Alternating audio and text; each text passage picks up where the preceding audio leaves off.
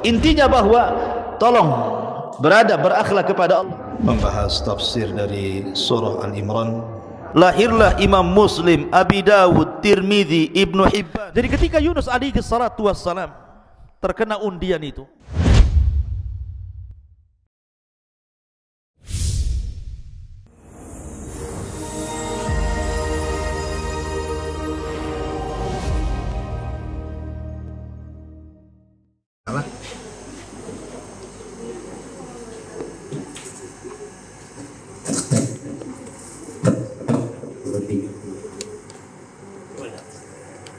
tes satu. Oke.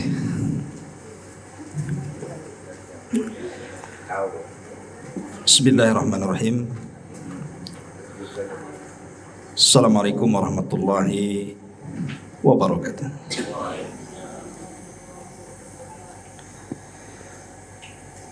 Alhamdulillah. Salatu wassalamu ala Rasulillah wa ala alihi wa sahbihi wa mawalah wa la hawla wa la quwata illa billahi wa ba'du. Alhamdulillah, segala puja dan puji hanya milik Allah subhanahu wa ta'ala. Salawat dan juga salam kita hadiahkan kepada Rasul kita Nabi besar Muhammad sallallahu alaihi wa ala alihi wasallam. Hadirin dan hadirat yang dimuliakan Allah subhanahu wa ta'ala, karena kita bertepatan dengan tanggal 1 bulan Rabiul Awal, sehingga tema yang pas kita akan membahas tentang sirah Nabi secara singkat dari lahirnya beliau sampai wafatnya beliau.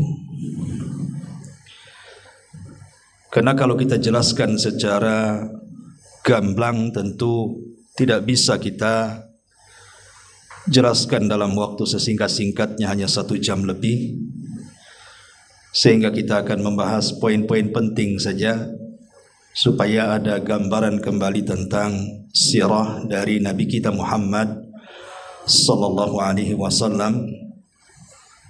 Jangan sampai kemudian kita mengaku Islam tapi secara singkat sirahnya saja tidak paham. Karena di antara pertanyaan di kuburan itu salah satunya adalah siapa nabimu? Nanti kalau ditanya siapa nabinya tidak paham, kan aib bagi seorang muslim tidak kenal siapa nabinya. Dan bulan Rabiul Awal sendiri, kalau kita melihat sejarah, ada 3 peristiwa besar yang merangkum kehidupan Nabi. Pertama, lahirnya Nabi sallallahu alaihi wasallam. Yang kedua, hijrahnya Nabi sallallahu alaihi wasallam. Dan yang ketiga, wafatnya Nabi sallallahu alaihi wasallam.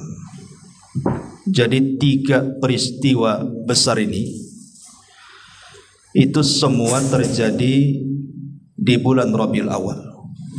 Wafat, hijrah, dan juga lahirnya.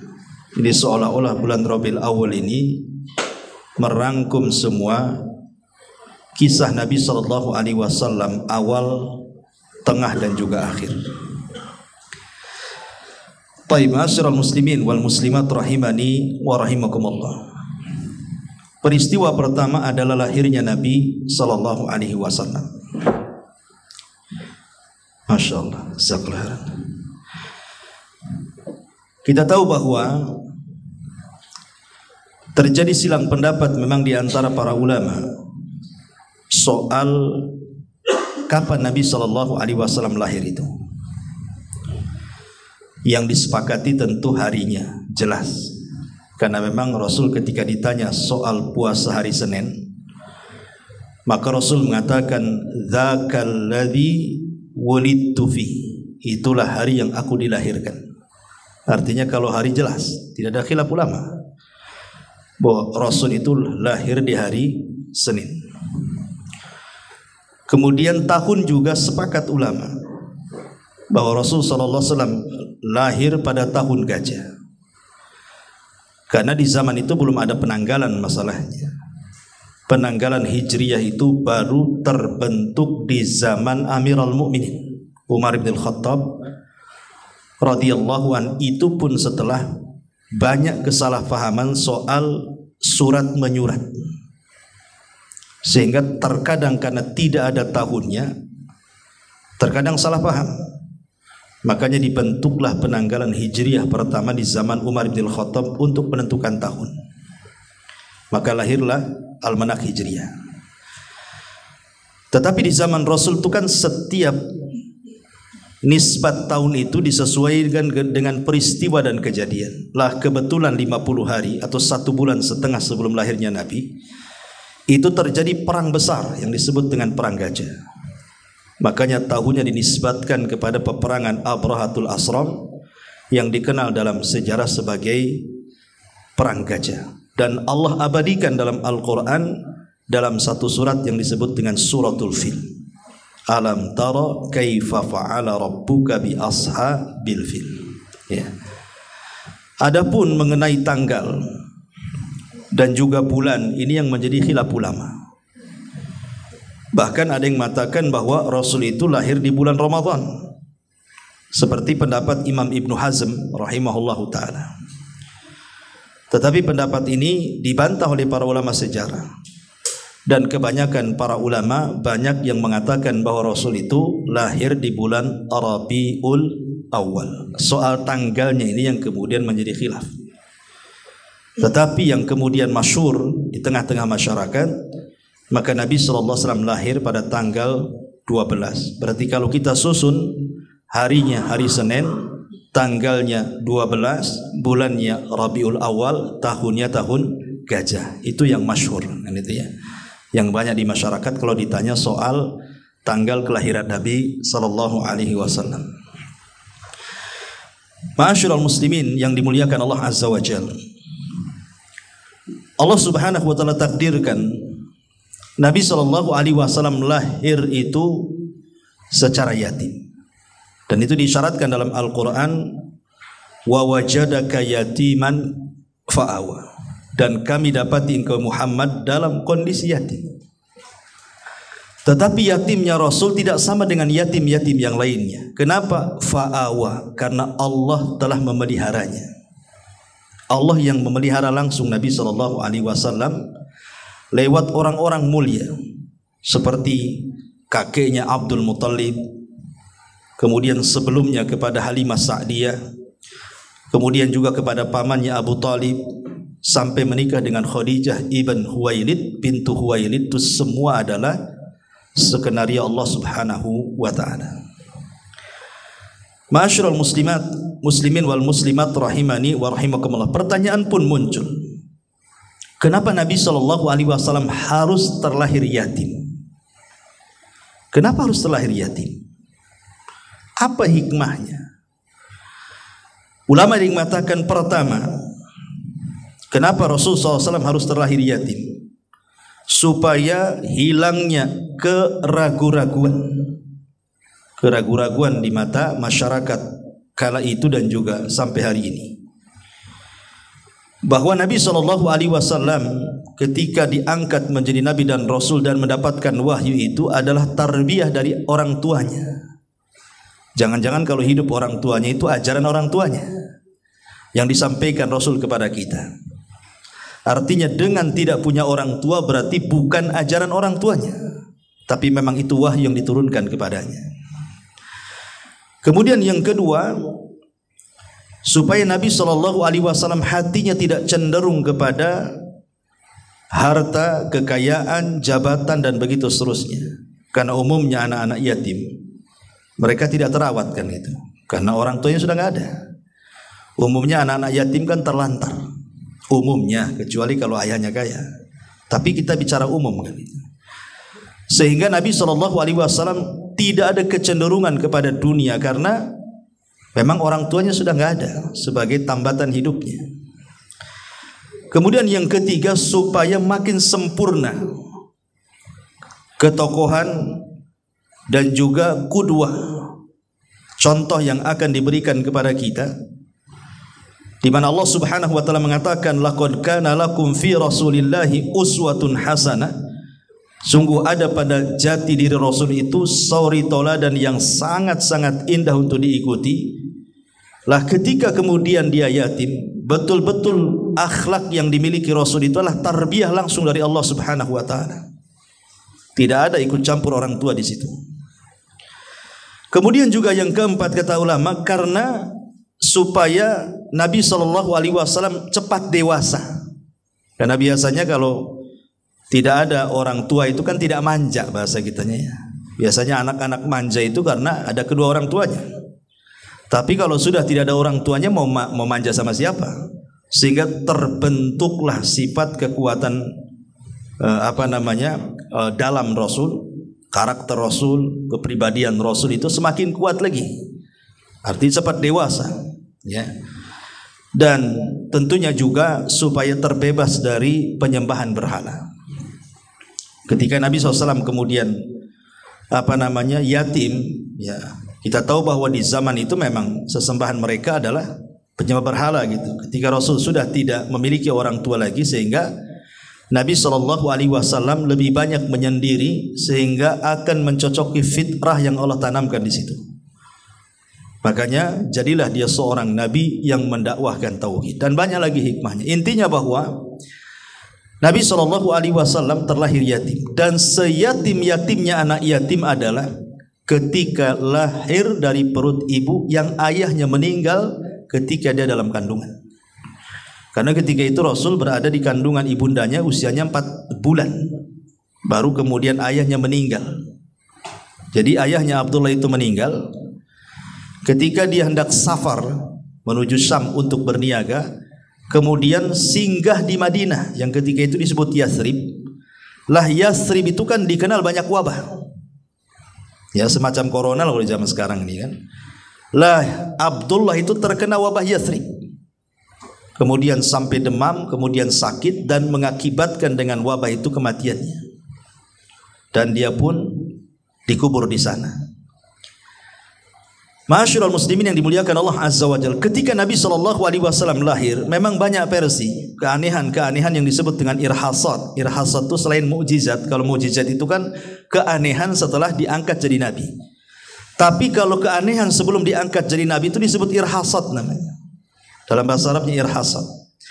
Banyak riwayat-riwayat yang lemah gitu ya, yang ma'ruf di masyarakat sering kita dengar kalau kita menceritakan tentang kisah kelahiran Nabi itu. Seperti umpamanya ketika Rasul lahir, kemudian beberapa tiang kerajaan Persia roboh, 14 tiang malah kan roboh begitu ya. Kemudian juga padamnya api Majusi. Ya, ini semua sebenarnya riwayat-riwayatnya tidak sahih kan itu. Nah, tetapi ada beberapa yang sahih, tidak semua lemah, tidak ada yang sahih. Seperti ketika ibundanya Nabi SAW melahirkan Rasul, terpancar cahaya. Yang cahaya ini kemudian menerangi Syam. Artinya bahwa cahaya itu menunjukkan bahwa orang yang lahir ini kelak akan menjadi penguasa dunia, di mana dakwahnya akan sampai ke daratan Syam sana. Dan ketika itu Syam kan dikenal kerajaan Romawi kan itu. Dan juga di sana ada kerajaan besar namanya Persia. Dan itu negara adidaya kali itulah cahaya itu sampai menyinari dua negara tersebut. Dan ini ada isyarat bahwa kelak Nabi SAW akan menguasai dengan dakwahnya sampai ke daratan Persia dan juga Romawi. Itu sahih memang ya. Ya, dan tapi yang lain memang banyak yang lemah. Seperti terlahir dalam posisi sujud, kemudian sambil mengisyaratkan satu jari seolah-olah dia mentauhidkan Allah. Banyaklah pokoknya kisah-kisah itu ya. Kemudian terakhir sudah terkhitan tanpa ada pendarahan, macam-macam ya. Tapi memang kisah-kisah ini masyhur. Masalahnya kalau kita menjelaskan sejarah Rasul itu biasanya para duat yang tidak menyaring riwayat sahih dengan lemah itu biasanya terkeluar tuh bahasa-bahasa seperti ini ya. Oke lah, tetapi yang jelas bahwa tidak ada kelahiran yang lebih tinggi nikmatnya dibandingkan kelahiran Nabi. Makanya Allah Subhanahu wa taala mengatakan, "Qul bi fadlillahi wa bi rahmatihi fabidzalika falyafrahu huwa khairun mimma yajma'un." Katakanlah, dengan karunia dan nikmat Allah kalian harus berbahagia, dan itu lebih baik dibandingkan dunia yang kalian kumpulkan. Dan tidak syak lagi, tidak ragu lagi bahwa kelahiran Rasul adalah nikmat terbesar yang Allah anugerahkan kepada kita. Kalaulah bukan karena Allah kemudian diutusnya Rasul kita Muhammad sallallahu alaihi wasallam, tentu kita sudah menjadi penyembah berhala. Makanya ini nikmat yang harus kita syukuri dengan adanya kelahiran Nabi sallallahu alaihi wasallam. Ma'asyiral muslimin yang dimuliakan Allah Subhanahu wa taala, kebiasaan para anak-anak kecil di zaman itu, jadi kalau mereka lahir gitu ya, jadi ibu-ibunya tuh tidak mau menyusui anaknya tuh. Jadi orang-orang kota, Nabi itu kan anak kota, tidak ada satupun Nabi yang lahir di desa, ingat ya. Semua Nabi itu orang kota. Bukan berarti kita tidak merendahkan orang desa, tidak. Tapi semua Nabi itu orang kota, termasuk Nabi Shallallahu Alaihi Wasallam lahir di kota Mekah. Ya. Jadi kebiasaan orang kota di zaman itu kalau anaknya lahir tidak disusui ibunya, tetapi disusui orang-orang desa. Alasannya apa? Satu, karena cuaca. Jadi di desa itu masih bersih, tidak ada wabah. Ya. Yang kedua, bahasa. Karena orang desa itu di zaman itu bahasa Arabnya masih fasih, sementara orang kota itu sudah tercampur bahasa Arabnya. Ya kayak kita lah, orang kota ini kan bahasanya aneh-aneh gitu ya. Kalau orang desa kan lurus-lurus saja kalau ngomong tuh. Ya.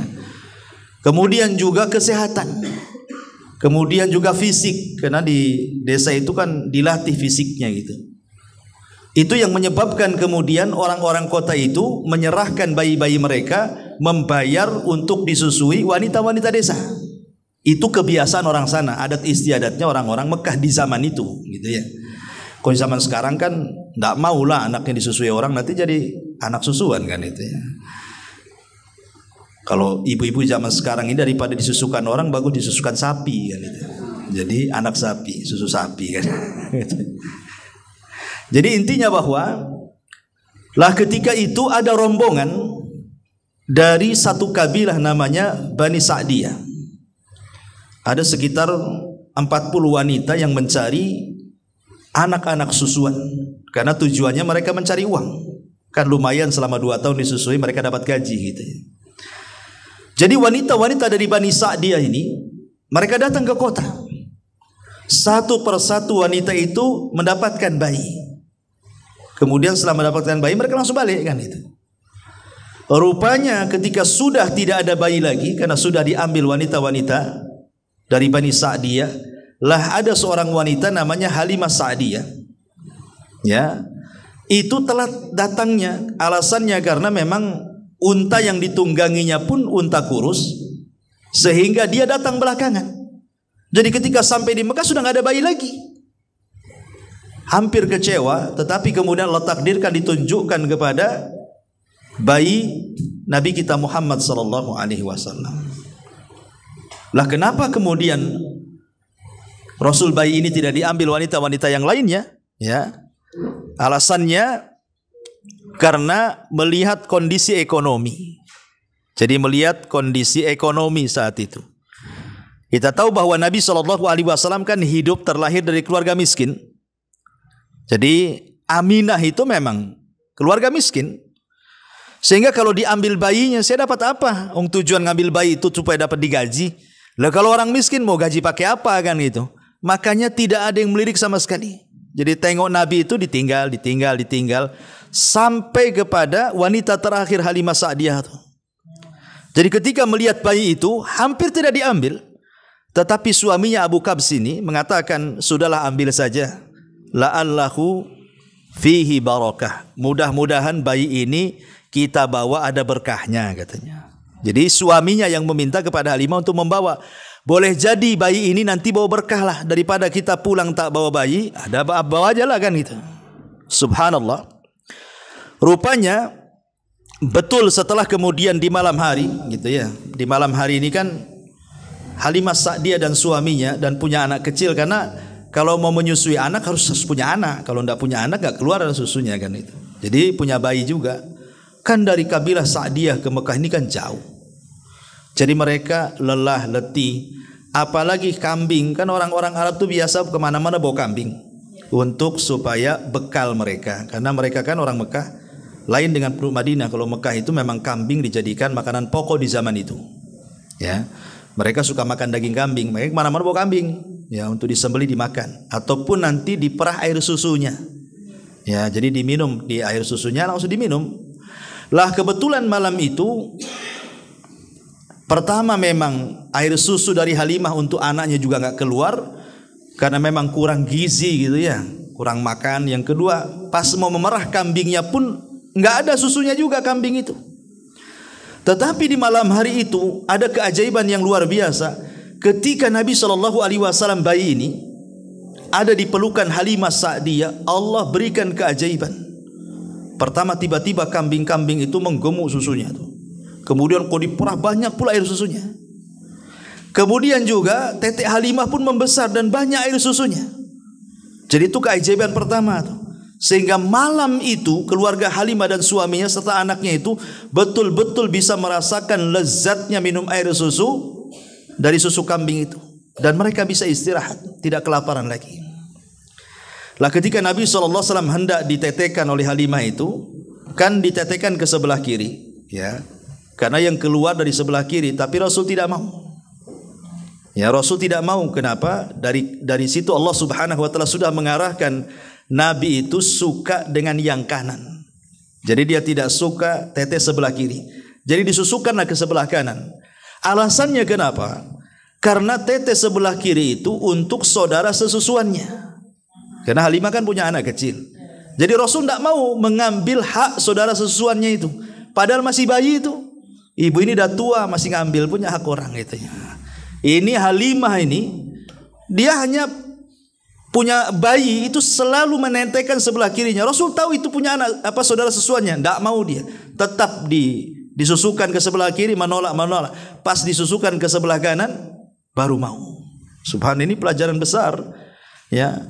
Nabi SAW kecil saja paham itu hak orang, makanya Rasul tidak mau mengambil. Kita udah tua-tua tidak paham itu hak orang itu. Dia ambil juga hak orang itu, nipu orang, ngurangi takaran, ngurangi tambangan, bilang bagus padahal jelek, macam-macam kan itu orang itu. Lah ini juga pelajaran besar bagaimana dari kecil sudah tahu amanah Nabi SAW. Kemudian pulang nih Halimah dan suaminya, subhanallah. Ya, di sini ada keajaiban lagi. Itu unta yang kurus itu, yang jalannya pelan-pelan gitu kan. Tiba-tiba Allah berikan kekuatan, bisa berlari kencang pula unta kurus itu dan menyusul teman-temannya yang lebih dulu pulang. Dan ketika sampai di kabilah Bani Sa'diyah, Halimah pula lebih duluan datang. Ini kan luar biasa ini kan. Ini kan keajaiban juga selama perjalanan. Dari situ makin sayang dengan Nabi SAW. Ditambah-tambah tiba-tiba kemudian kambing-kambingnya jadi gemuk. Dan setiap kambing orang kabilah situ kalau gabung dengan kambingnya Halimah ikut gemuk juga. Jadi membawa berkah satu kabilah tuh. Itu Nabi SAW, luar biasa. Ya. Lah ketika sudah beberapa tahun di pangkuan Halimah Sa'diyah, ada peristiwa aneh. Jadi Nabi SAW ketika usianya sudah ya sekitar 4-5 tahun lah, sudah bermain gitu ya, bisa jalan ke sana kemari lari dengan saudara sesusuannya itu. Tiba-tiba kemudian ada peristiwa aneh, turun 2 malaikat menangkap Nabi SAW yang sedang bermain. Tiba-tiba kemudian membaringkannya dan membelah dadanya, diambil jantungnya, kemudian diletakkan di bejana dari emas dan dicuci dengan air zam-zam. Kemudian dimasukkan lagi ke dalam dadanya, dijahit lagi. Itulah operasi pertama dalam sejarah dunia. Rasulullah SAW dioperasi, tapi medisnya malaikat, ya kan? Kalau di zaman itu medis orang diambil jantungnya tak mati kan? Ini kan medisnya malaikat. Allah ala kulli syai'in qadir. Allah atas segala sesuatu maha mampu.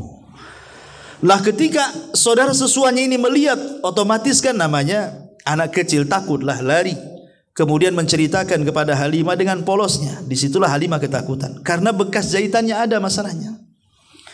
Dikhawatirkan kalau yang mendatangi Rasul itu jin, kan nggak tahu itu malaikat, disangka setan, disangka jin.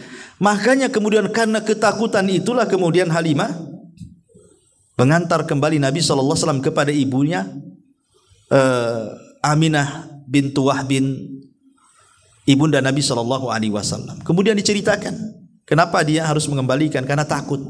Tapi kemudian Aminah mengatakan, menenangkan Halimah dengan mengatakan jangan takut, karena peristiwa yang lebih aneh sudah aku rasakan saat kelahirannya, katanya. Tetapi memang Halimah kemudian sudah tidak mau merawat lagi karena ketakutan. Makanya kemudian Rasul SAW diambil lagi oleh ibundanya tercinta Aminah bintu Wahbin. Lah ketika Nabi SAW di usia 6 tahun, Aminah ini kan ingin menziarahi kuburan ayahnya Abdullah di Madinah. Berangkatlah Aminah dengan pembantunya dan juga Nabi SAW yang masih kecil ketika itu menuju Madinah. Kemudian berziarah ke kuburan Abdullah dan juga silaturahim kepada kerabat-kerabatnya yang ada di Madinah atau di Yathrib kala itu. Tapi sayang, setelah kemudian berziarah ya sekitar beberapa hari di Madinah, kemudian hendak pulang ke Mekah, disitulah kemudian Aminah tiba-tiba merasa sakit. Akhirnya parah sakitnya, kemudian meninggal di satu tempat antara Mekah dan Madinah yang disebut dengan Abwa. Meninggallah ibunda Nabi SAW di Abwa. Ketika itu Rasul berusia 6 tahun.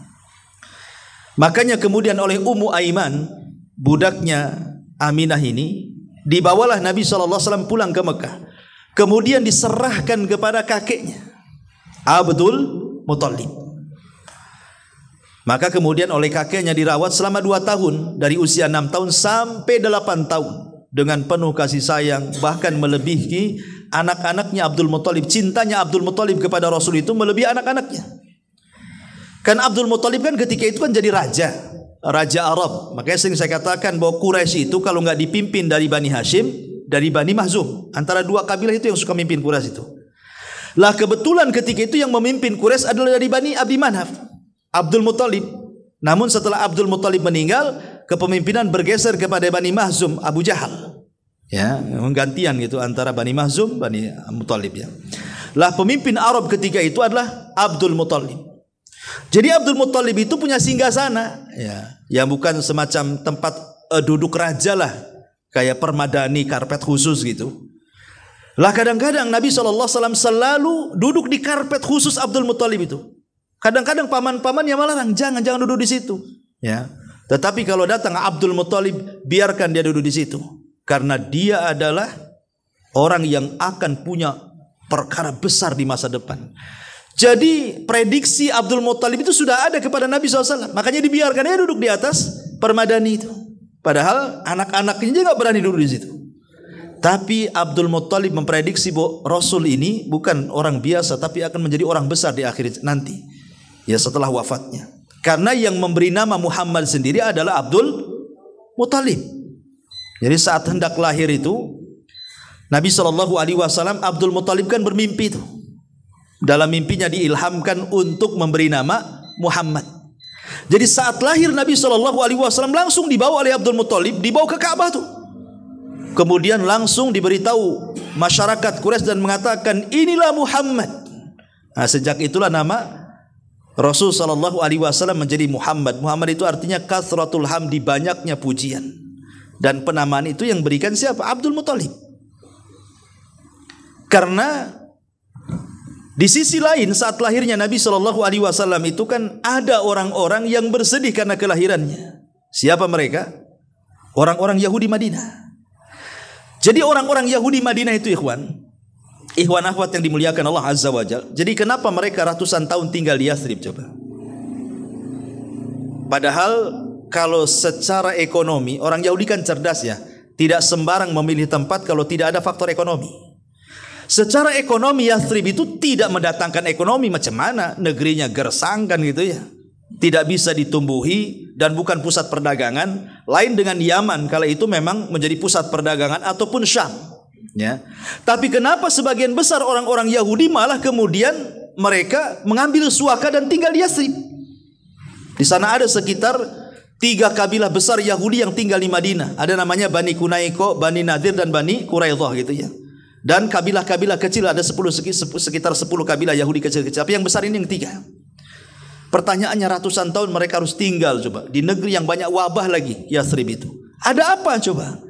Rupanya di balik mereka hijrah sampai ke Madinah minta suaka itu karena mereka mendapatkan informasi dari rahib-rahib mereka bahwa itu adalah tempat di mana akan menjadi hijrah Nabi akhir zaman. Mereka tahu tuh. Sehingga mereka menunggu-nunggu kapan Nabi muncul, kapan Nabi muncul. Dan mereka kira bahwa Nabi itu dari turunan mereka Bani Israel. Jadi saat ketika kemudian ada keajaiban aneh di Madinah, tiba-tiba muncul bintang Ahmad, itu tidak bisa dilihat kecuali orang Yahudi yang tahu bintang itu. Artinya ketika bintang itu muncul berarti ada yang lahir calon seorang Nabi. Makanya para pembesar Yahudi itu mengumpulkan semua orang-orang Yahudi Madinah, disuruh ngecek ada enggak rumah-rumah Madinah yang melahirkan anak. Rupanya tidak ada satupun di malam itu wanita Yahudi yang melahirkan. Wah, nangislah ini pendeta-pendeta ini. Kok enggak ada yang melahirkan? Ini tandanya sudah muncul ini katanya. Akhirnya mereka pun mengutus orang untuk ke Mekah. Ada enggak orang Yahudi yang tinggal di sana yang wanita Yahudi yang melahirkan? Tidak ada juga malam itu. Mereka mendengar ada seorang wanita turunan Arab, anak Abdul Muttalib, namanya Aminah, melahirkan bayi ketika tanda-tanda kenabian muncul di langit. Menangislah orang-orang Yahudi itu. Dan pembesar-pembesarnya kemudian mereka mengatakan, "Zahabat nubuwatu Bani Israel." Telah hilang kenabian Bani Israel dan telah diambil oleh Bani Ismail, orang-orang Arab yang merupakan musuhnya kali itu. Ya. Ma'asyiral muslimin yang dimuliakan Allah Azza wa Jalla, sejak itulah hasad mereka. Kenapa nabinya tidak dari kami Bani Israel? Kenapa dari orang Arab? Sejak itu Yahudi tidak akan beriman kepada Rasul. Hanya bisa dihitung dengan jari selama Rasul berdakwah di Madinah itu. Tidak kurang dari 5 atau 6 orang, tidak sampai 10 orang. Makanya Rasul mengatakan kalau pembesar Yahudi 10 orang saja masuk Islam, satu dunia Yahudi masuk Islam. Saking hasadnya orang Yahudi kepada kita. Ya, kembali bahwa setelah Nabi SAW kemudian berada di pangkuan Abdul Muttalib, cuma 2 tahun kan, Abdul Muttalib meninggal dunia. Kemudian Abdul Muttalib berpesan kepada Abu Talib supaya merawat Rasul. Kenapa? Kenapa Abdul Muttalib berpesan kepada Abu Talib? Bukankah paman Rasul yang kaya banyak? Abu Lahab kaya, banyak yang kaya. Ya, kenapa diberikan kepada Abu Talib coba?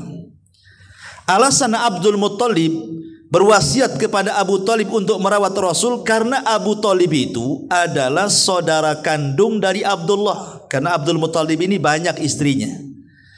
Jadi paman-paman Rasul itu yang satu bapak itu lain ibu banyak. Lah yang satu kandung satu bapak dengan satu ibu itu 2 orang, Abdullah dengan Abu Talib. Makanya kenapa Abdul Muttalib mewasiatkan untuk merawat Rasul kepada Abu Talib? Karena ada kedekatan. Kalau sama-sama satu ibu satu bapak kan dekat. Kalau yang lainnya kan beda ibu masalahnya. Seperti Hamzah, Abbas kan beda ibu. Tapi kalau Abu Talib dengan Abdullah ayahanda Rasul itu satu ibu satu bapak. Itu yang menjadikan Abdul Muttalib berwasiat agar Rasul dirawat oleh Abu Talib. Padahal Abu Talib itu miskin, banyak anaknya lagi. Ya. Lah maka kemudian setelah Abdul Muttalib meninggal, kemudian Rasul pun jatuh pengasuhannya kepada Abu Talib ketika di usia 8 tahun. Jadi Abu Talib lah yang betul-betul memberi makan Rasul, membimbing Rasul sampai ketika usia 12 tahun. Orang-orang Mekah itu kan kebiasaan mereka berniaga. Ya, jadi kebiasaan mereka orang-orang Mekah dengan orang-orang Madinah beda. Kalau orang Madinah itu pertanian. Tapi kalau orang Mekah ini perdagangan. Karena sama sekali tidak bisa ditumbuhi kecuali daerah Taif. Ya, tetapi kalau daerah Mekah sampai sekarang pun kan gersang, nggak bisa. Kalau Anda nanam singkong bukan jadi singkong, jadi kayu bakar di sana. Ya, tanam besoknya udah kering semua. Karena memang tidak subur di sana. Ya. Makanya di antara tanda-tanda akhir zaman itu apa? ketika Mekah menjadi subur. Ya, karena memang tidak dikenal Mekah itu subur dari zaman Nabi. Makanya akan dijadikan tanda-tanda kiamat itu. Kalau sudah Mekah hijau, ranu menghijau, itulah tanda-tanda kiamat. Nah, walaupun sekarang ada yang mengatakan bahwa Mekah sudah mulai subur katanya. Nah, tetapi setelah diteliti rupanya itu irigasi katanya, buatan. Nah, dibuat karena kerajaan Saudi banyak uang ya kan itu ya. Dibuatlah hutan-hutan, kebun-kebun, macam-macam, kesannya subur kan. Padahal tanda-tanda kiamat itu maksudnya kesuburan itu memang datang dari Allah, bukan manusia yang buat kan itu. Apakah kemudian juga sudah masuk tanda-tandanya, wallahu alam kan itu. Intinya bahwa orang Mekah itu terbiasa dengan perniagaan, bahkan yang namanya dunia perdagangan itu sudah mengakar mengurat masuk ke darah-darah orang-orang Arab walaupun masih kecil. Makanya Allah Subhanahu wa taala sampai gambarkan liila fi Quraisyin ila fihim rihlatas syita'i was-saif. Sampai Allah gambarkan kebiasaan mereka itu suka rihlah berniaga. Ya, ke Yaman dan ke Syam. Makanya orang-orang Arab itu wajar kalau seandainya mereka pandai dagang. Ya, lihat orang-orang Arab itu memang pandai dagang gitu ya, terutama orang-orang Mekah itu. Mungkin yang bisa menyaingi Cina mungkin orang Arab lah kan itu. Antum kalau muka-muka Arab ya saingilah Cina tuh. Ya. Biar kalah gitu kan. Orang Arab itu pandai dagang. Ya. Oh, Padang keturunan Arab ya. Pandai dagang ya. Taib. Jadi setelah kemudian usia Rasul 12 tahun, maka Nabi SAW ketika itu hendak dididik oleh pamannya untuk menjadi peniaga. 12 tahun itu usia SD kelas 6 kan. Bayangkan diajak safar dari Mekah ke Syam. Gitu, perjalanan 1 bulan tuh. Kalau tidak punya fisik kuat tuh tidak bisa. Apalagi pakai unta, paling tinggi pakai unta di zaman itu, jalan kaki kan itu. Lewat gunung bebatuan, padang pasir, macam-macam gitu ya. Tapi memang biasa orang-orang Arab sudah mendidik anak-anaknya seperti itu.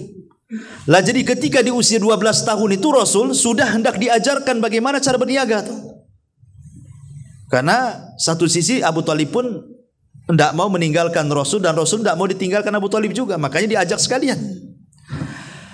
Lah di kisah yang lain, kalau kita mengacu kepada daerah Syam, di Syam itu kan ada seorang pendeta namanya Buhairah. Dijelaskan Buhairah ini termasuk pendeta yang memiliki ajaran ekstrim, ya. Jadi dia agak ekstrim dibandingkan pendeta yang lainnya gitu. Dan dia punya pembantu seorang dukun, makanya dia diusir dari gerejanya. Lah dia punya pengetahuan soal ramalan bahwa akan muncul seorang nabi gitu loh, Buhairah Rahib ini. Makanya dia uzlah, dia tidak berkumpul dengan sesama pendetanya. Dia memilih hidup di padang pasir pakai tenda gitu saja. Karena dia tahu bahwa akan lewat seorang nabi 1 hari kelak katanya. Maka dia tinggal di tenda saja. Sambil niteni, bahasa kita nengokin nih kafilah yang datang ini. Sampai 1 hari datanglah kafilah dagang dari Mekah dipimpin oleh Abu Thalib. Disitulah kemudian ada firasat yang gak enak Buhairah Rahib ini. Karena dia memandang kafilah ini berbeda dengan kafilah yang lainnya. Di antaranya awan menaungi sepanjang jalan. Jadi kata dukun ini, pembantunya yang dukun itu ngasih tahu gitu ya. Maka Buhairah Rahib langsung mencegah kafilah itu, kemudian disuruh datang ke rumahnya dan dijamu tumben-tumbennya nih. Biasanya kafilah Arab lalu mana ada yang dijamu, kecuali kafilahnya Abu Thalib tiba-tiba dijamu. Dikasih makan enak, suruh masuk gitu ya. Lah ketika kemudian Abu Thalib masuk ke tendanya Buhairah Rahib ini, kan ketika itu Rasul tidak masuk karena harus menjaga dagangnya gitu, unta-untanya tidak masuk. Tapi kemudian Buhairah Rahib ini bertanya, ada enggak yang kurang yang hadir di sini katanya. Kata Abu Thalib, ada anak saya katanya. Dia ada di luar nunggu dagangan. Kata Buhairah, suruh dia juga masuk katanya. Akhirnya dia masuk. Setelah kemudian diperhatikan, terperanjatlah Buhairah. Kenapa? Karena dia melihat setempel kenabian di bahu Nabi. Ya, semacam tanda lah, bahasa kitanya tanda, terus ada bulu-bulu gitu. Itu stempel kenabian namanya. Ya. Lah disitulah dia mulai bertanya baik-baik kepada Abu Thalib, siapa ayah anak ini katanya. Kata Abu Thalib, sayalah ayahnya. Dusta kamu. Kamu bukan ayahnya katanya. Ayahnya pasti sudah meninggal katanya. Kok tahu nih Buhairah Rahib ini? Ya karena dia membaca, kalau memang dia seorang nabi harus terlahir yatim. Dia nggak punya bapak. Berarti keyatiman itu salah satu alamatun nubuwah, tanda-tanda kenabian. Baru Abu Talib ngaku, iya memang dia nggak punya bapak, sudah meninggal. Makin yakinlah kemudian Buhairah bahwa ini nabi. Kemudian ditanya lagi tanda-tanya, ditanya lagi sampai kepada tanda-tanda alam.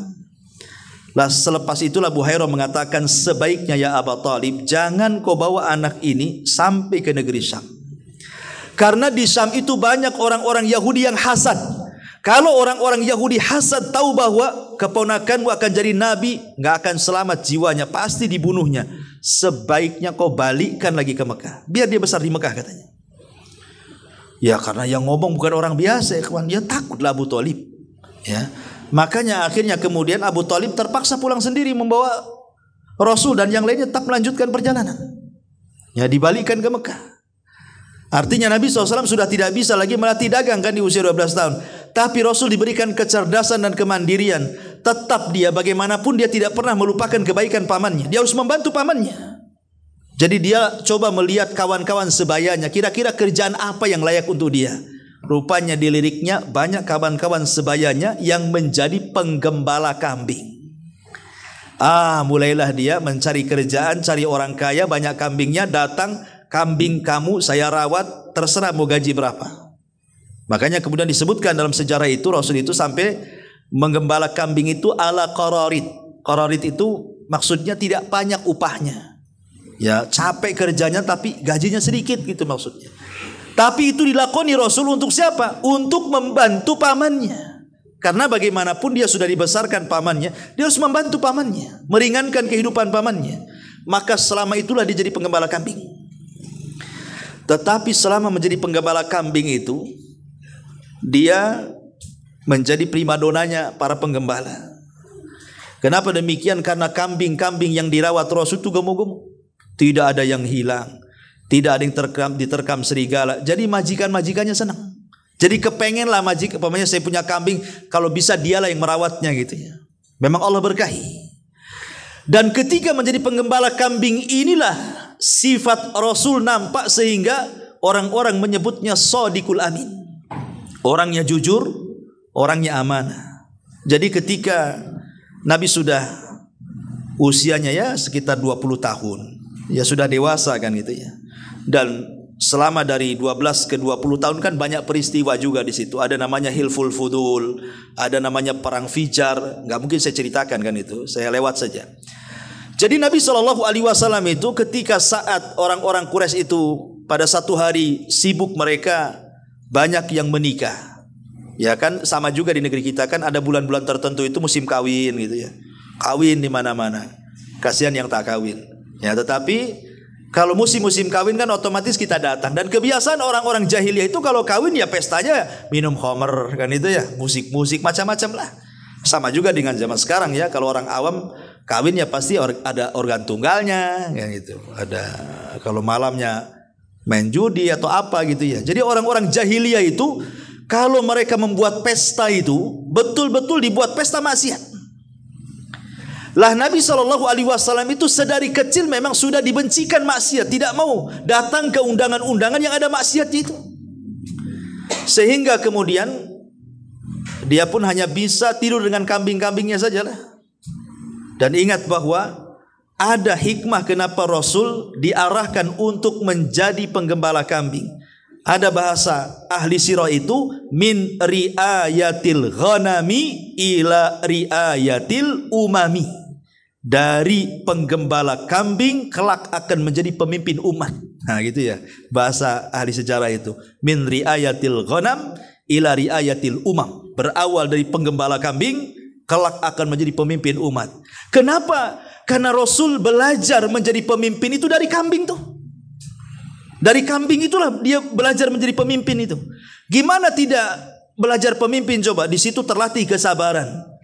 Ikhwan, antum kalau punya ternak, ya hewan, kucing, burung, ayam yang antum sukai, kalau antum gak rawat baik-baik matilah kan itu. Berarti kan perlu kesabaran merawat hewan tuh. Ya, kemudian kambing ini kan akan diburu oleh serigala-serigala. Sehingga Rasul akan berusaha untuk jangan sampai kambingnya diterkam serigala. Tumbuh keberanian, dilawan serigala sama dia. Ya, timbul tawadu, ya, yang namanya penggembala kambing ya tawadu lah, rendah diri, tidurnya sama kambing kan itu ya, di kolong-kolong kambing itu kan. Tawadu, jadi timbul sabar, tawadu, berani, kemudian tanggung jawab, amanah, disiplin dan begitu seterusnya kan. Lah dari itulah makanya Rasul punya akhlak yang luar biasa yang kelak akan memimpin umat. Min riayatil ghamami ila riayatil umami tadi. Jadi ketika kawan-kawannya hendak menghadiri walimah itu, otomatis kan nggak mungkin ninggalin kambing. Makanya mereka datang kepada Rasul seorang mengatakan, wahai Muhammad, bisa nggak aku titip kambing-kambingku? Ya. Yang lain mengatakan juga sama, bisa nggak titip kambing-kambingku? Aku akan hadir di acara sana katanya. Lah Nabi SAW kan baik ya, mau saja gitu ya. Dia dititipkan dia. Dan setiap kemudian dititipi kambing itu subhanallah. Walaupun sehari, 2 hari, 3 hari itu tidak ada titipannya yang hilang. Maksudnya kambingnya lepas satu atau dimakan serigala. Tidak, bahkan titipannya itu menjadi baik. Kambingnya makin gemuk dan begitu seterusnya.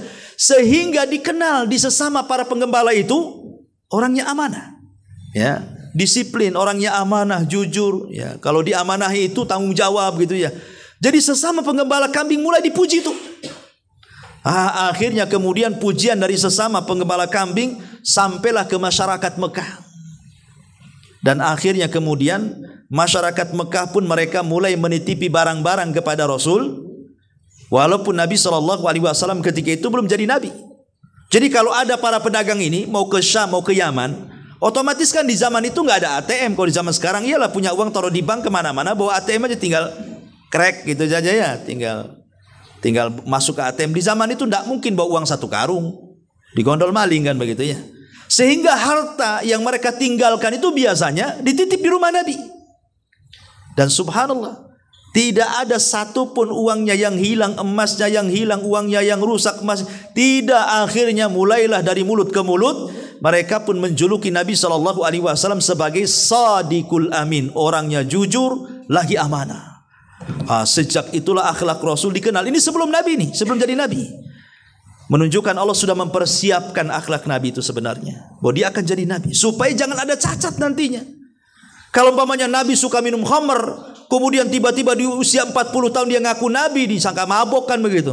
Mabok gitu katanya. Masa kok tiba-tiba jadi ngaku Nabi? Tengok riwayatnya, tukang mabok katanya. Jadi Nabi itu memang betul-betul dibersihkan dari khawarimul muru'ah itu.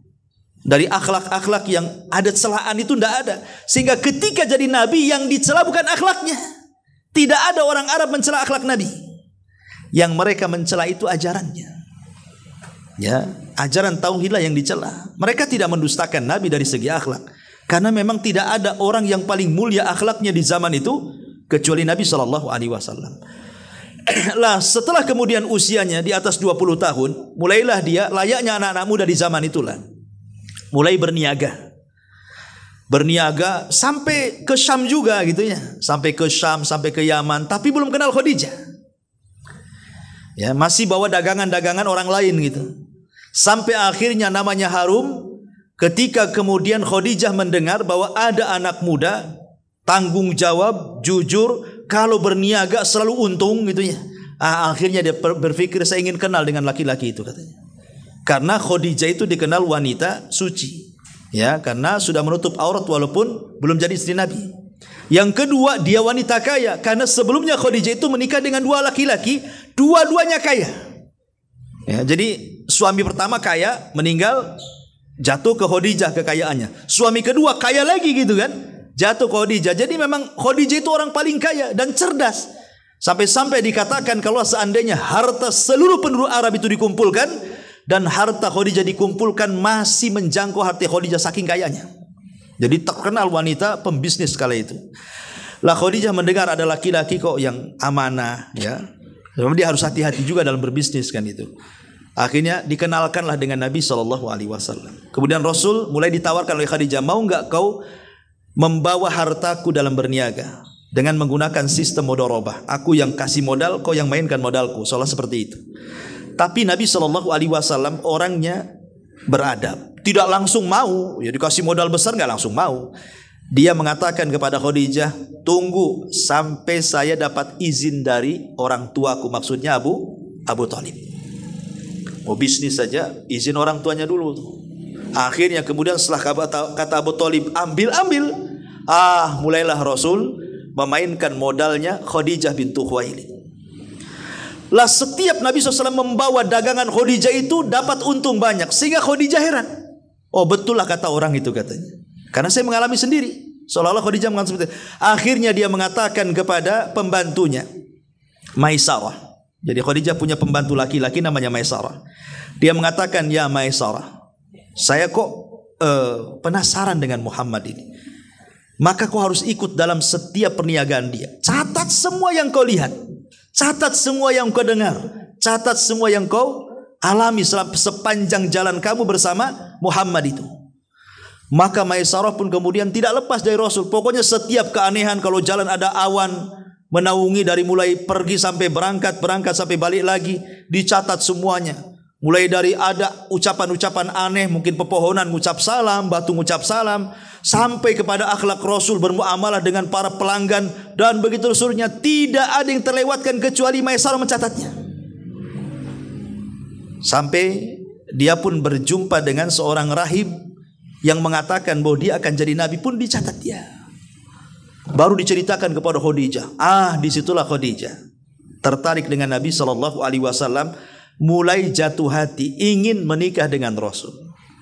Lah Khadijah punya saudari namanya Nafisah, dan mengatakan, wahai Nafisah, bisa nggak ngomong sama Muhammad? Aku suka dengan dia. Kata Nafisah, kan ku coba. Akhirnya kemudian Nafisah datang kepada Rasul dan mengatakan, ya Muhammad, kau ini sudah usia, harusnya sudah punya istri. Kenapa kau tak menikah? Kata Rasul, ini itu. Emang ada calonnya untukku? Kata Nafisah, ada wanita suci, kaya, macam-macam lah, dipujilah Khadijah, tapi tidak disebut namanya. Ya, membuat Rasul penasaran kan itu. Kemudian kata Nafisah, mau nggak menikah dengan Khadijah katanya. Dengar Khadijah, kayaknya percaya nggak percaya kan itu.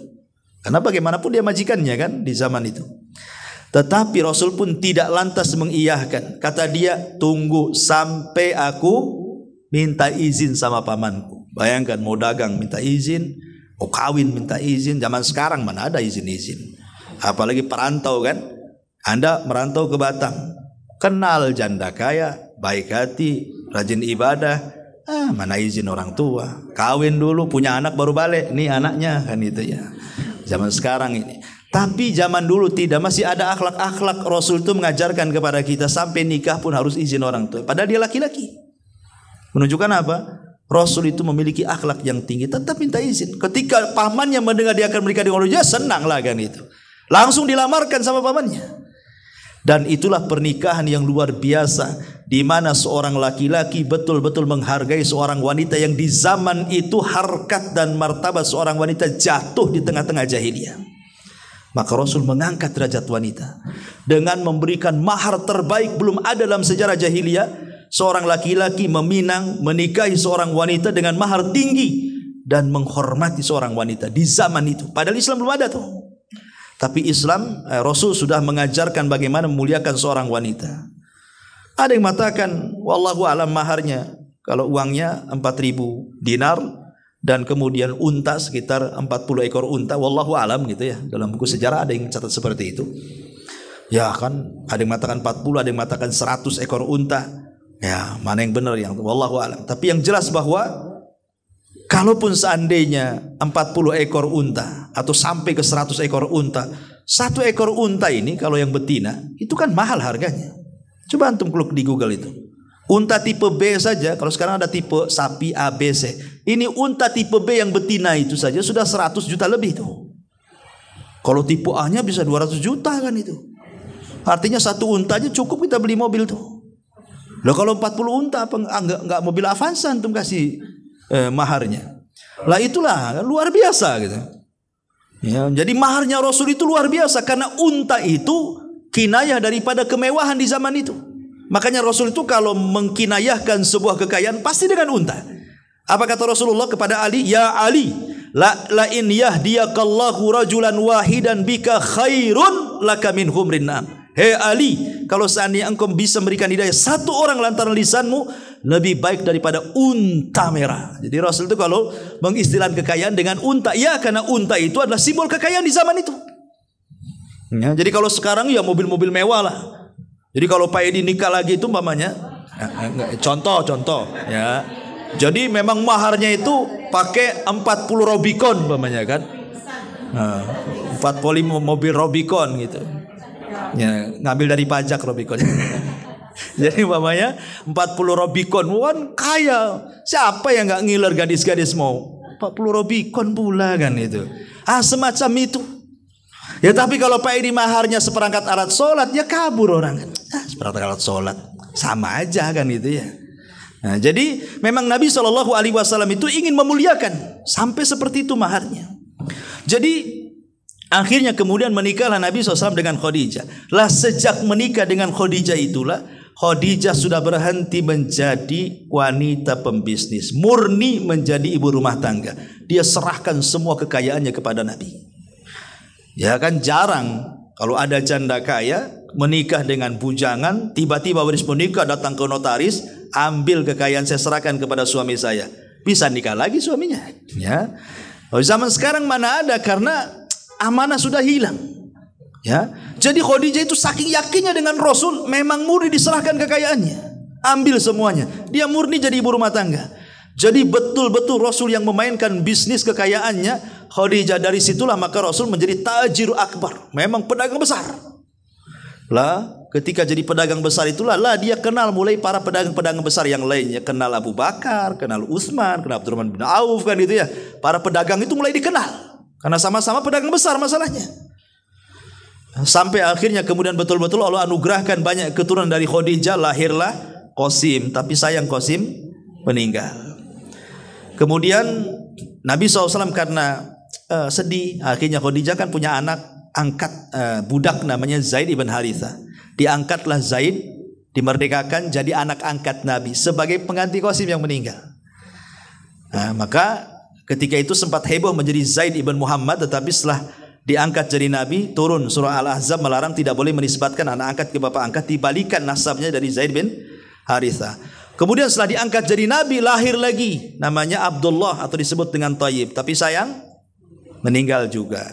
Kemudian lahirlah anak wanitanya, mulai dari Zainab yang paling besar, kemudian di bawahnya Ruqayyah, kemudian di bawahnya Ummu Kulsum, kemudian di bawahnya Fatimah gitu. Semua anak-anak Rasul meninggal ketika Rasul masih hidup, kecuali satu, Fatimah. Fatimah meninggal 6 bulan setelah Rasul meninggal. Tapi semuanya meninggal Rasul saat hidup dan menyaksikan bagaimana putra-putrinya meninggal. Dan ini musibah yang luar biasa. Kematian anak itu beda dengan kematian orang tua, kematian pasangan. Kematian orang tua musibah, ya.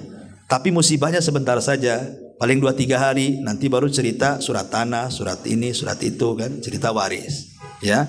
Kematian pasangan pun paling beberapa hari saja, habis itu mulai kepikir kawin lagi, kan itu ya. Tapi kalau kematian anak ini memang betul-betul musibah. Siapa yang menggantikan anak? Pasti sedihnya lama tuh. Ya, walaupun ngangkat anak angkat pun tidak sebagaimana anak kandungnya. Makanya Rasul itu dalam sekali ketika kematian anak-anaknya, terutama kematian Ibrahim. Ibrahim 1 tahun 8 bulan meninggal dunia, itu anak laki-laki terakhir dari Maria Kiptiah. Sampai Rasul meneteskan air mata 3 hari menangis. Sampai Abdurrahman bin Auf heran, kok bisa menangis? Bukankah kau melarang tidak boleh niyahah wahai Rasul? Kata Rasul, ini bukan niyahah, ini air mata kasih sayang, kata Rasul. Kemudian Rasul mengatakan, bagaimana aku tidak menangis ya Abdurrahman? Innal aina latadma wa innal qalba latahzan wa inna bi firaqika ya Ibrahim lamahzunun. Air mata, kedua mataku ini bisa mengeluarkan air mata wahai Abdurrahman.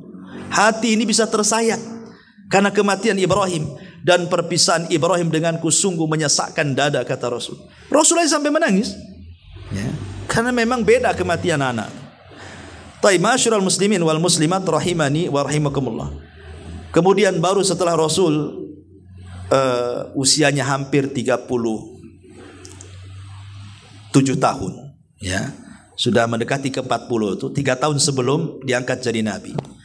Nabi SAW itu mulai nggak enak, hatinya itu tidak tenang dengan melihat kondisi orang-orang Arab Quraisy itu yang makin hari makin jahat gitu ya, makin hari makin rusak, makin hari makin bejat. Pokoknya gak nyaman, fitrahnya menolak. Dan dia ingin memperbaiki tapi tak bisa. Akhirnya kemudian Nabi SAW mulai kemudian tidak suka tinggal di Mekah. Mulailah dia uzlah. Kadang-kadang 1 bulan dia pindah ke Mina, tinggal di Mina. Kadang-kadang di Muzdalifah, tinggal di Muzdalifah. Ya pokoknya uzlah, tidak mau ketemu orang.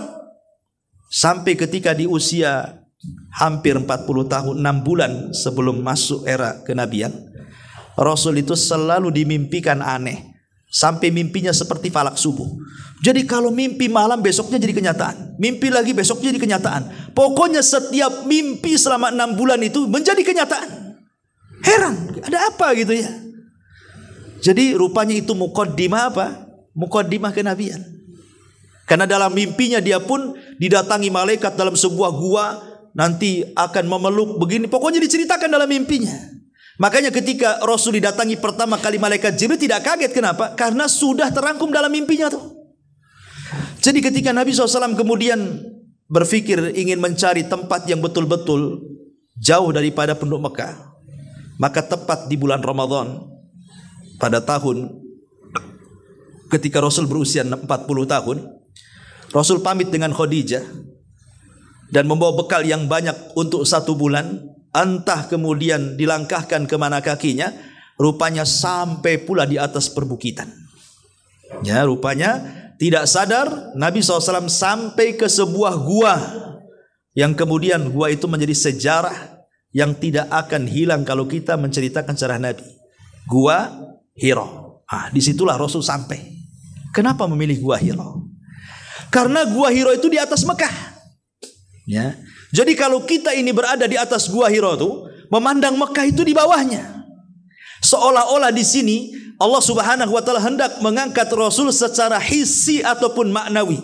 Secara hissi maknanya nanti penduduk Mekah akan menjadi kekuasaan dia. Ketika Fatu Mekah, orang Mekah tunduk kepada Nabi. Itu secara hissi. Secara maknawi Rasul akan diangkat bukan hanya dari penduduk Mekah, bahkan satu dunia manusia dan jinnya. Rasul adalah manusia yang paling tinggi di antara semua makhluk yang Allah ciptakan. Makanya memilih tempat yang tinggi. Disitulah Nabi SAW selama 1 bulan berada di Gua Hiro.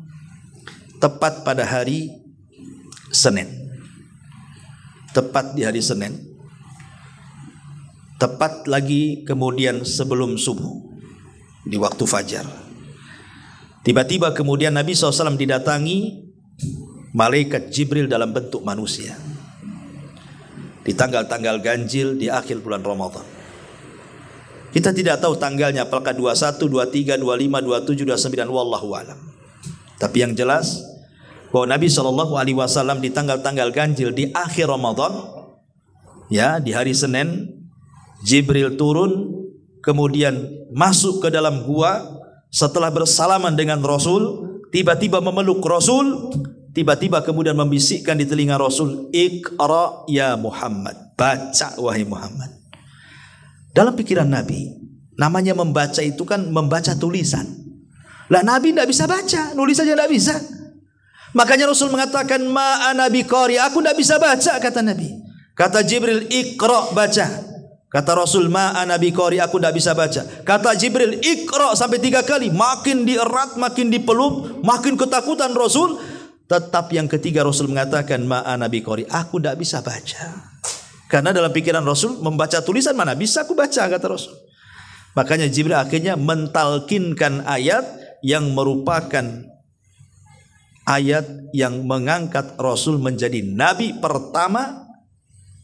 "Iqra bismi rabbikal ladzi khalaq, khalaqal insana min 'alaq, iqra wa rabbukal akram, alladzi 'allama bil qalam, 'allamal insana ma lam ya'lam." Inilah surat pertama yang turun kepada Rasul. Resmi Rasul didaulat jadi nabi.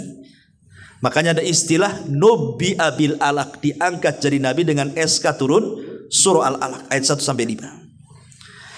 Lah setelah Jibril kemudian datang gitu ya, Rasul menyelesaikan i'tikafnya di Gua Hiro kemudian pulang.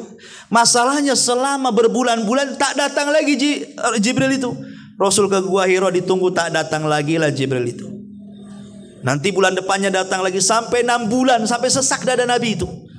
Jangan-jangan yang menemui saya kemarin di gua itu jin, setan. Jadi lain-lain pikiran Nabi itu. Karena cuma itu saja sekali menemui Nabi. Ya.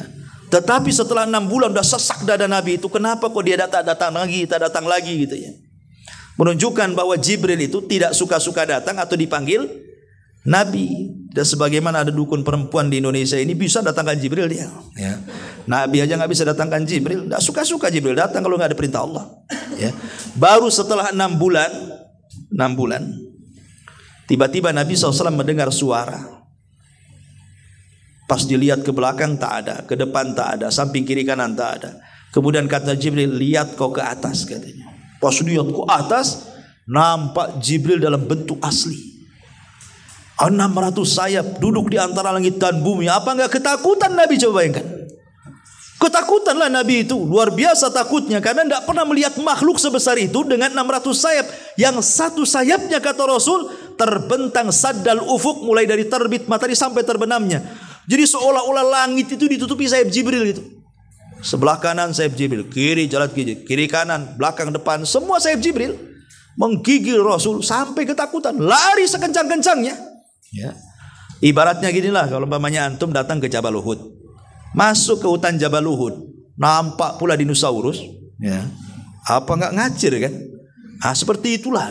Ternyata ada dinosaurus ini, rupanya bukan cerita saja, ada pula di hutan sana. Gitu. Karena orang pasti takut, nggak pernah melihat makhluk sebesar itu. Makanya Rasul sampai demam tinggi, sampai panas masuk ke rumah Khadijah dan mengatakan, dathiruni ya Khadijah, selimuti aku. Karena takutnya dia. Kemudian Khadijah pun datang dan menyelimuti Nabi. Tapi Khadijah istri yang baik dan mengatakan, ada apa? Diceritakan akhirnya. Kalau dia melihat makhluk yang bersayap begini-begini, kata Khadijah, tenang, itu bukan tanda hendak Allah menghinakan dirimu, hai suamiku. Karena engkau orang baik. Engkau itu tidak berkata kecuali jujur. Engkau ini orang yang menghormati tamu. Engkau orang menolong orang. Oh, disebutkan sifat-sifat Nabi. Sampai reda, sampai hilang takutnya.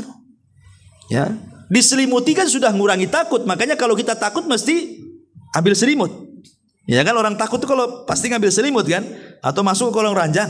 Ya. Takutnya apa dulu lah kan itu. Biasanya kalau orang takut ambil selimut, kurang tuh takutnya. Apalagi kemudian dihibur, makin hilang takutnya. Tapi Khadijah paham bahwa kalau ini tidak diselesaikan, maka akan datang kejiwaan kepada suaminya. Ini harus dicari solusinya. Dari situlah maka Khadijah berpikir kalau begitu harus ditanyakan kepada saudaranya. Lah saudaranya itu seorang pendeta, ya, namanya Waraqah ibn Naufal. Dibawalah kemudian kepada Waraqah ibn Naufal. Ditanyakan itu, langsung diceritakan dari awal sampai akhir pengalaman Nabi SAW kepada Waraqah ibn Naufal itu. Kata Waraqah ibn Naufal, ya Khadijah, suamimu kan jadi Nabi. Nanti kalau dia mendakwahkan kepada kaumnya, ku pastikan dia diusir. Kata Nabi, hei Waraqah, yang benar saja, masa orang sepertiku diusir? Orang-orang menganggap aku disodikul amin, kok orang-orang mengusirku? Iya, kata Waraqah, orang yang membawa apa yang kau bawa Muhammad pasti akan diusir. Tapi tenang, kalau seandainya terjadi pengusiran kaummu dan aku masih hidup, aku yang akan membelamu. Tapi sayang 6 bulan setelahnya Waraqah meninggal. Sehingga ada yang mengatakan Waraqah itu orang dewasa yang pertama beriman kepada Nabi. Walaupun ada yang mengatakan Abu Bakar. Ya, terjadi khilaf. Siapa yang pertama kali masuk Islam dari orang dewasa? Ada yang mengatakan Waraqah ibn Naufal, ada yang mengatakan Abu Bakar Siddiq. Ada yang memerinci bahwa Waraqah masuk Islam itu saat dia jadi Nabi, belum jadi Rasul. Tapi Abu Bakar ini masuk Islam saat Rasul sudah resmi menjadi Nabi dan Rasul. Ada yang merinci seperti itu. Tapi intinya bahwa Waraqah beriman. Tapi 6 bulan setelahnya Waraqah meninggal. Lah mulailah kemudian ketika satu malam Nabi SAW sedang tidur dalam selimut, tiba-tiba Jibril datang dan mengatakan, ya ayyuhal muddathir, orang yang berselimut, kum fa'angdir, berdiri, peringatkan manusia, wali rabbika fakabbir, warujza fahjur, wala tamnun tastakthir, wali rabbika fasbir. Turun 5 ayat surah Al-Mudathir. Berarti dengan turunnya surah Al-Mudathir 5 ayat pertama, resmi Rasul didaulat menjadi Nabi dan Rasul, ya. Al-Alaq jadi Nabi, Al-Mudathir jadi Rasul. 2 SK sudah turun. Sejak itulah Rasul mulai berdakwah kepada kaumnya. Ketika dakwah sirriyah inilah Nabi SAW mulai mendakwahkan door to door, dari teman ke teman, dari rumah ke rumah, akhirnya adalah sekitar tidak sampai 10 orang masuk Islam. Ya, tidak sampai 10 orang masuk Islam. Di antaranya Abu Bakar. Ya. Tapi setelah kemudian ada seorang sahabat yang masuk Islam namanya Arqam ibn Abi Arqam. Arqam ibn Abi Arqam ini dia dari kabilah musuhnya, dari Bani Mahzum, dari kabilahnya Abu Jahal. Satu-satunya sahabat yang awal-awal masuk Islam dari kabilah musuh Nabi adalah Arqam bin Abi Arqam tuh, dari kabilah Abu Jahal. Yang lainnya dari kabilah Bani Hashim. Ya. Rasul menginginkan markas dakwah itu di rumah Arqam bin Abi Arqam. Lah letaknya di Bukit Safa. Jadi Anda kalau sa'i ketika umrah atau haji, kemudian naik ke Bukit Safa, bayangkan disitulah dulu markas Nabi pertama kali. Di situ ada rumah Arqam bin Abi Arqam, disebut dengan Darul Arqam. Jadi setelah Nabi SAW kemudian selama 3 tahun door to door, markasnya itulah di rumah dari Arqam. Sampai tidak terasa selama 3 tahun banyak para sahabat yang masuk Islam, termasuk Hamzah di antaranya, dan yang terakhir masuk Islam di rumah Arqam bin dari Arqam adalah Umar ibnil Khattab. Nah, itu terakhir itu masuk Islam, Umar bin Khattab. Sebab setelah Umar bin Khattab masuk Islam, Umar tak mau sembunyi-sembunyi. Dia mengatakan pada Rasul, ngapain sembunyi-sembunyi lagi katanya? Kita sudah 3 tahun, besok kita tawaf sama-sama katanya. Kata Rasul, belum waktunya. Oh, sudah waktunya kata Umar. Karena Umar yang siap backingi, akhirnya ditutuplah markas Arqam bin Arqam. Karena sudah 3 tahun, mulailah Rasul berdakwah terang-terangan. Tawaf pertama dengan Umar 40 orang tuh. Oh, rupanya Islam sudah banyak ya. Sejak itulah maka terjadilah apa yang terjadi. Banyak para sahabat diintimidasi, ditekan, disiksa, macam-macam sampai dibunuh. Keluarga Ammar ibn Yasir, kisahnya Bilal, kisahnya Khobab. Tapi dengan penindasan itu, rupanya makin banyak orang masuk Islam dari kalangan anak-anak muda dan orang-orang miskin. Sampai akhirnya kemudian Rasul SAW di tahun ke-7 Hijriah, kalau tidak salah, sebelum 3 tahun sebelum hijrahnya Nabi, ataupun 2 tahun sebelum hijrahnya Nabi, ada tahun yang disebut dengan Amul Hazni, tahun kesedihan. Kenapa? Karena Khadijah meninggal dunia, kemudian Abu Thalib pun meninggal dunia setelah pemboikotan 3 tahun Bani Hashim. Ya, lah baru kemudian Rasul pun mulai diintimidasi, tidak boleh dakwah kalau tidak dibunuh. Terpaksa Rasul ke Taif, di Taif ditolak lagi. Sampai Rasul tidak bisa masuk Mekah, terpaksa harus mencari perlindungan. Maka untuk menenangkan hati Rasul, maka Allah pun mengisra mi'rajkan Rasul di tahun 1 tahun sebelum hijrahnya Nabi. Disitulah peristiwa dalam sejarah disebut Isra Mi'raj. Ketemu Nabi Adam di langit pertama, kedua bertemu dengan Nabi Isa dan Harun, ketiga berjumpa dengan Nabi Yusuf, kemudian berjumpa dengan Nabi Idris, berjumpa dengan Harun, berjumpa dengan Musa, berjumpa dengan Ibrahim di langit terakhir, sampai disyariatkan solat 5 waktu, tapi belum bisa dilaksanakan karena kondisi Mekah kan kondisinya susah. Ya, solat 5 waktu baru dilaksanakan setelah periode Madinah. Baru setahun setelah peristiwa hijrah itu, peristiwa Isra Mi'raj, kemudian ada syariat hijrah. Maka Rasul mulai hijrah dari Mekah ke Madinah. Sesampainya di Madinah, tentu yang pertama kali membangun Rasul, mempersaudarakan orang-orang Ansor. Kemudian mulai Nabi SAW mengatur bisnis, ya, menguasai pasar Madinah. Sampai 2 tahun Rasul membuat pasar, gulung tuh pasarnya orang-orang Yahudi itu. Hanya 2 tahun Rasul membangun bisnis di Madinah itu, gulung pasarnya Bani Quraisy yang menguasai seluruh pasar Yahudi itu. Karena perdagangan dikuasai Yahudi di Madinah itu. Nah, rupanya orang-orang Mekah kan hebat ya. Kenapa? Karena terbiasa dagang. Orang Madinah tak hebat, mereka petani. Tapi Rasul bisa memainkan bagaimana caranya melumpuhkan ekonomi Yahudi. Dengan cara apa? Memilih orang-orang hebat dalam berniaga. Abdurrahman bin Auf, Abu Bakar, Utsman, semua orang-orang hebat itu kalahkan pasarnya Yahudi. Akhirnya buat pasar, sebentar aja guling tuh pasar Yahudi itu. Akhirnya ekonomi dikuasai kaum muslimin. Inilah kenapa cikal bakal kekuatan kaum muslimin, kalau sudah ekonomi dipegang pasti menang. Kalau ekonomi masih kalah, jangan harap kita menang. Ya, kalau kita masih dipegang Barat, Cina ekonomi, Islam nggak mungkin menang. Tapi kalau sudah ekonominya dikuasai kaum muslimin, itu tanda-tanda kemenangan tuh. Lah maka orang Islam ini harus menguasai ekonomi orang-orang kafir harusnya. Lihat Rasulullah, sebentar saja 2 tahun kolep pasarnya orang-orang Yahudi itu. Baru kemudian disyariatkan jihad, dari perang Badar, perang Uhud, perang macam-macam perang sampai 27 kali perang. Ya, sampai akhirnya kemudian Nabi SAW ditakdirkan bisa menguasai Mekah dengan banyaknya pengikut di zaman itu yang disebut dengan Fathu Mekah.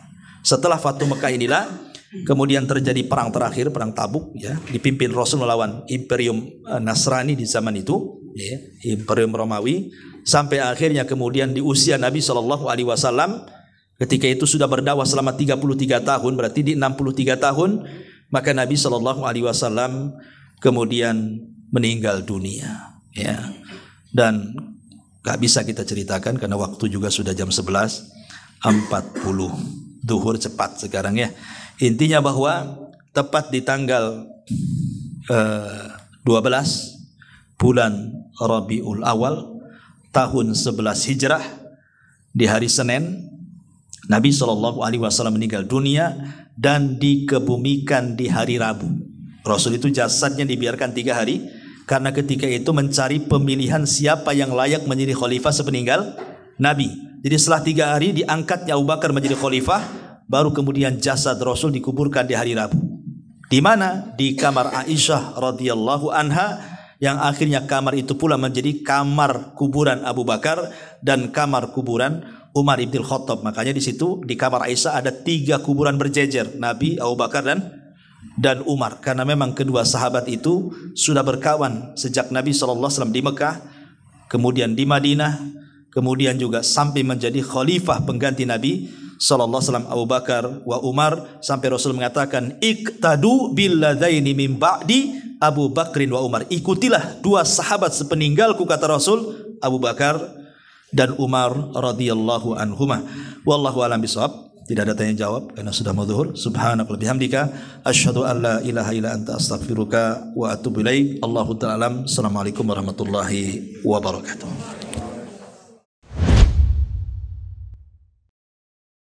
Intinya bahwa tolong berakhlak kepada Allah. Membahas tafsir dari surah Al-Imran. Lahirlah Imam Muslim, Abi Dawud, Tirmidzi, Ibnu Hibban. Jadi ketika Yunus alaihi salatu wassalam terkena undian itu,